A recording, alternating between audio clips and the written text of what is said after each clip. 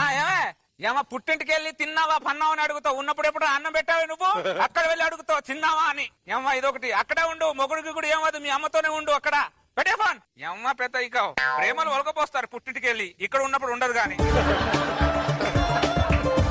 ఈ వర్షం పాడగాను ఎప్పుడు కురుస్తుందో అర్థం కాదు. ఎండాకాలంలో వర్షం కురుస్తుంది, వర్షాకాలంలో ఎండలు కాస్తుంది. ఎండాకాలం వర్షం గొడుగులు ఎక్కడ నుంచి తెచ్చుకుంటాం, గొడుగు అమ్మేవాడు కూడా తెచ్చుకోడు.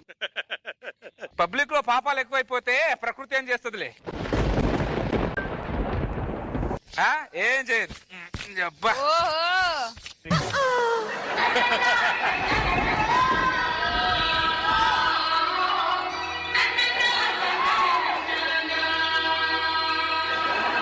ప్రకృతి గొప్పదే, నేనే ప్రకృతిని అనవసరంగా తప్పుగా అర్థం చేసుకున్నా.